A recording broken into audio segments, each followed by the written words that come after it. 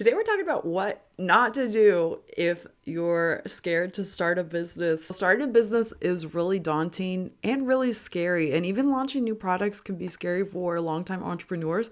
So if you are getting cold feet and you are thinking about starting a business, I will tell you a few things not to do before you get started. My name is Serena Alfaro. I'm the founder and designer of Nueva Lux Jewelry brand, which I started in January of 2020.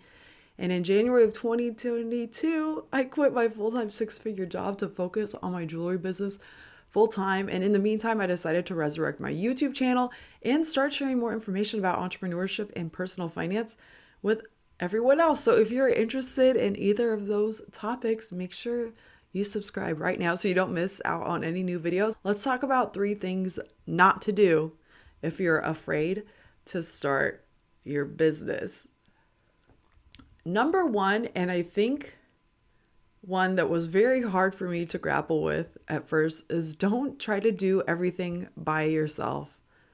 You don't have to do everything by yourself, and you don't need to reinvent the wheel when you're starting a business.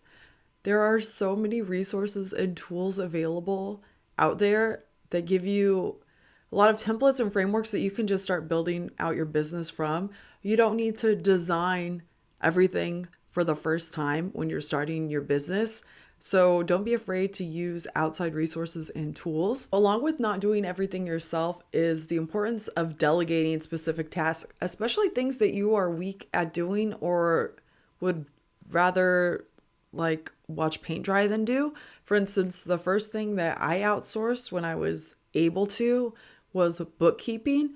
And not because I didn't have the capacity to do it. I've gone back to school for financial management and I'm pretty good with numbers, but the bookkeeping part of managing my jewelry business just drove me nuts. So that was the first thing I outsourced when I was able to outsource. Don't feel like you have to keep all these plates spinning at once when you are especially a first-time entrepreneur and a solopreneur.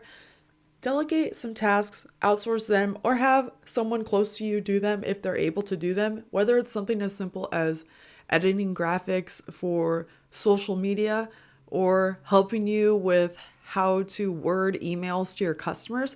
Stuff like that is not everyone's forte. Don't be afraid to use the resources that you have available in other people or just on the internet. There's a lot of great things you can learn from places like Facebook groups. I've learned a lot from Facebook groups, so I'm sure that you can too. Trying to do everything yourself is not only impossible, but it's just not good business. So don't be afraid to delegate and don't do everything yourself. And the second thing not to do if you're afraid to start your business is don't be afraid of marketing. I know sometimes you hear the word marketing, you automatically think, oh, that means I have to spend hundreds and thousands of dollars to get my name out there so people know about my business or what I have to offer. That is really not the case. There's so much marketing that you can do for free on your own and just getting your name out there. I will give you some examples.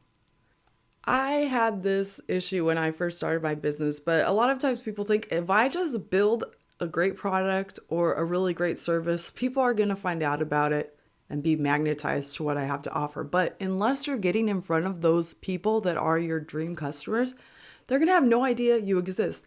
So it's really important to make sure that you're in the channels where they are. And when I say channels, I mean places like, are your customers on TikTok? Are your customers on Instagram? Are your customers in Facebook groups? Are they hanging out at specific places in the area you live in? All of these things are great ways where you can actually be marketing and just getting yourself in front of your dream customer, your ideal client, anything like that. For instance, if I offer a service that is targeted to business leaders, I will probably be spending a lot of time talking about my business on LinkedIn. Why? Because that's where my dream customer is. They hang out on LinkedIn. I know LinkedIn doesn't sound like a really great place to hang out, but if you're in the corporate world in some capacity, you probably have a LinkedIn profile and your business is probably on LinkedIn. So if you offer a service that's targeted towards individuals like that, you need to be on LinkedIn. And that can just be on your own personal profile and sharing posts or things that would get the right people to know that your business even exists.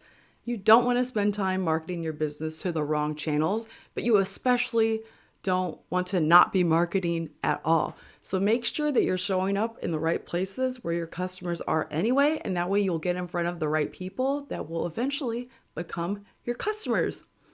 And it works out great because you can get testimonials and feedback and share them on those same platforms where your customers are already hanging out. The next tip I have for you is don't be afraid to spend money. And I know it's really scary to pry your hands off your hard-earned money, especially when you're at the beginning stages of your business, because you don't know if this is actually going to take off. But without investing in your business, you will not see results.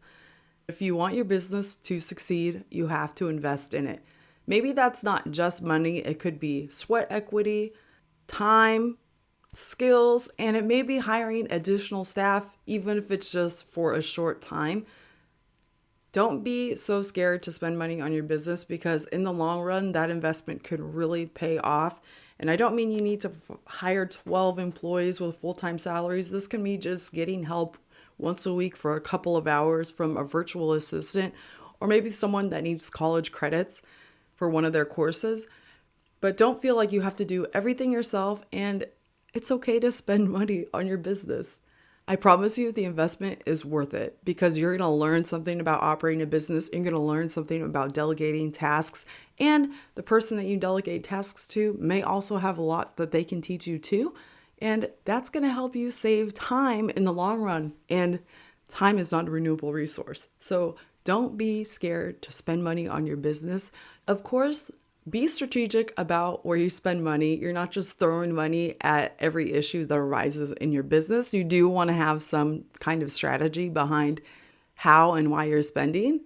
If you are ready to start an online business, I am offering a course that is going to launch in January. So make sure you check out serenaalfaro.com/newsletter. Sign up for my newsletter so you can be notified of when we're having masterclasses, when I'm having one-on-one sessions, and then even signing up for the course so you can start your online business. And I take you through everything you need to know about starting an online business. Make sure you like, comment, and subscribe to my channel. Don't forget to check out my newsletter and my online course. Get your side business off the ground. Earn your first $100. Thanks for joining me.